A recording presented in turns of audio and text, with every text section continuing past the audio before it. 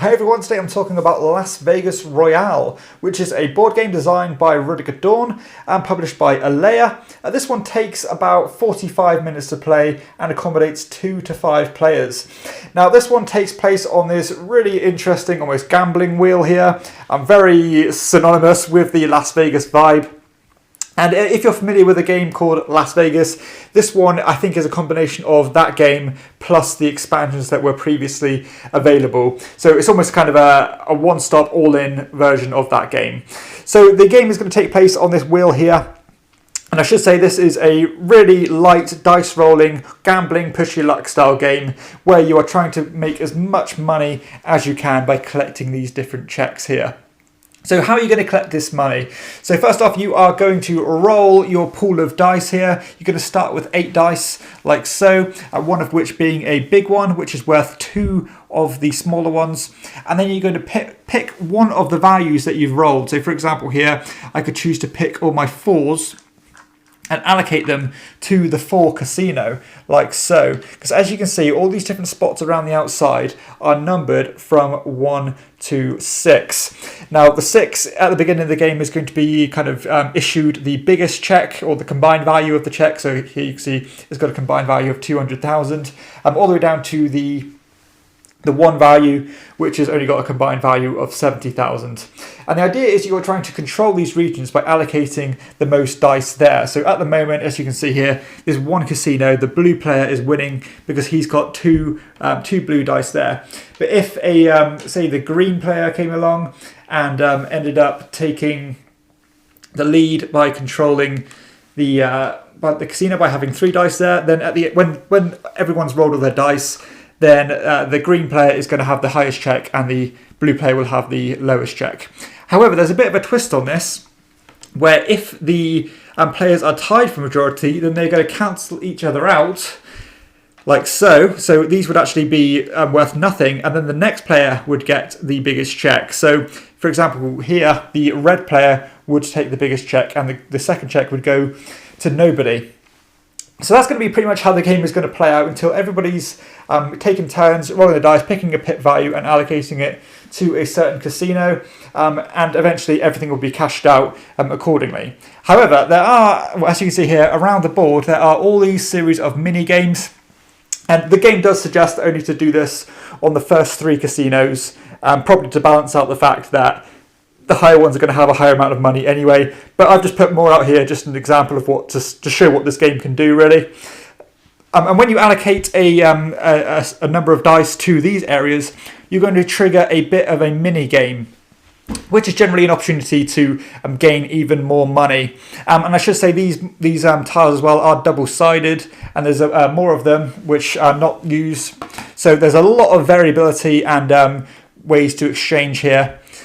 So yeah, let's have a look at what some of these do. So for example, the jackpot one here, whenever you go to the 1, you are going to have to roll this pair of dice here. And if you combine a 7 or get 2 equals or a double, then you are going to get the bonus. But if you don't, every time it's going to shoot up, getting more and more valuable for somebody to go there until they roll that double and can potentially get a lot of money.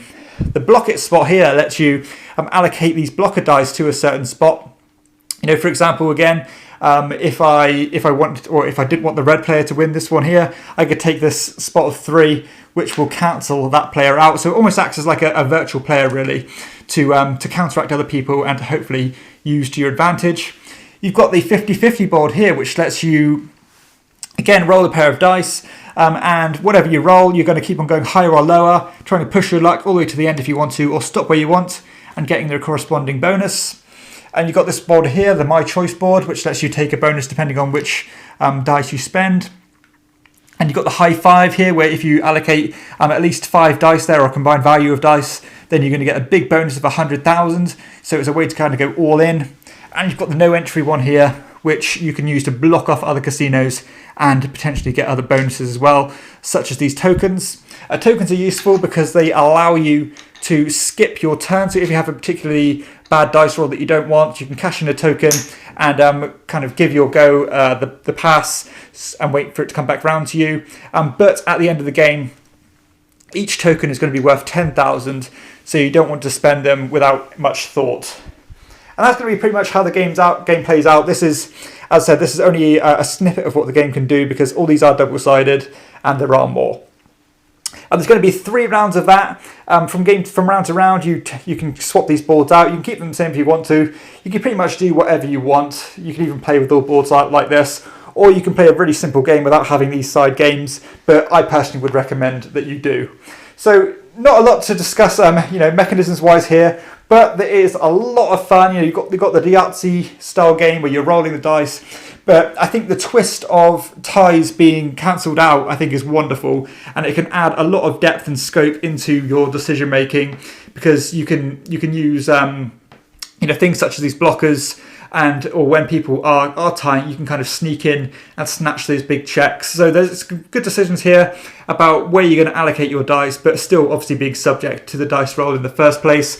The decision on when you're going to use these tokens is really useful, because, as I said, they are worth money at the end, so you don't just want to spend them without much thought.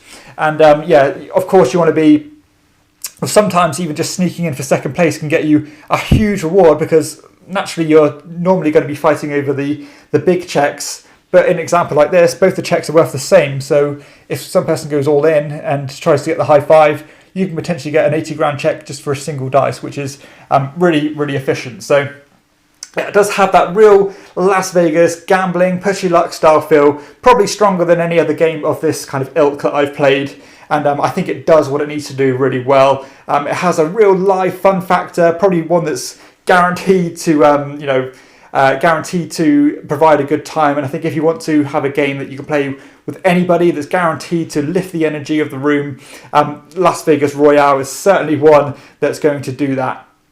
In terms of the time investment, the game only takes 30 to 45 minutes to play. But I think this isn't one you're going to want to rush. You're going to want to be in the right mood for it and just enjoy it. And just enjoy the process. And I think it's going to have one of those feels as well where as soon as you finish the game, you probably want to play another one, because it is so addictive and enjoyable. Interaction, I said I love the competition for the different spots here. That cancelling out effect just takes us above the edge, above and beyond.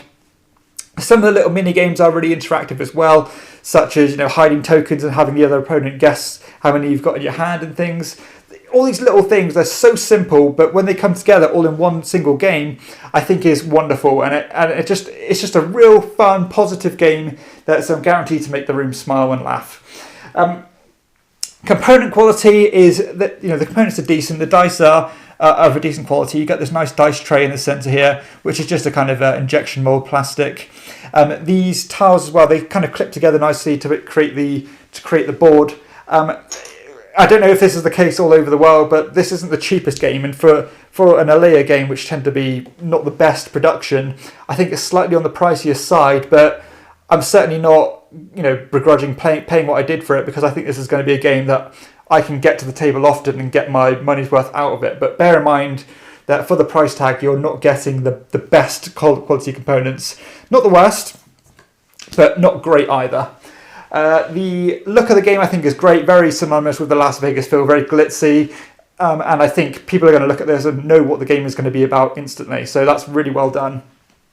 The sense of progression is good. Of course, you're fighting for the most money. 3 rounds with varying mini games from round to round.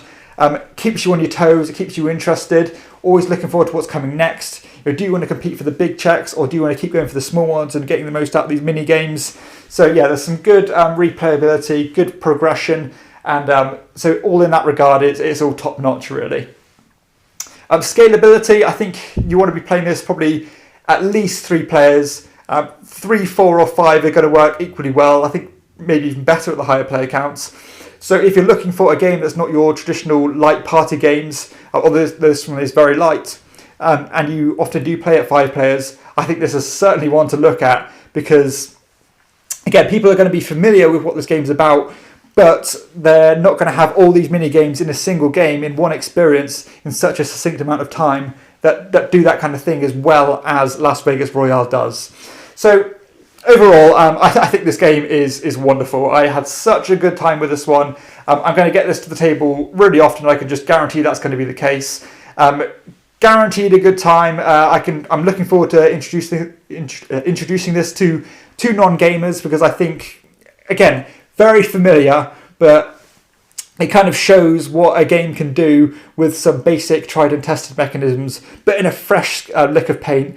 And I thought something that really impresses me about Rudiger Dorn is how versatile this guy is, because this game is, a simple push your luck game, but he's made some really interesting deep Euro games as well. So I'm always surprised to see what this guy comes out with next, because he's so versatile and has a great plethora of skills, or a great skill set that he uses to make really great games. So this one is going to be a staple of my collection for a long time to come. I can really see this one being played to the bone, because I think it is just a real good time that anybody can enjoy.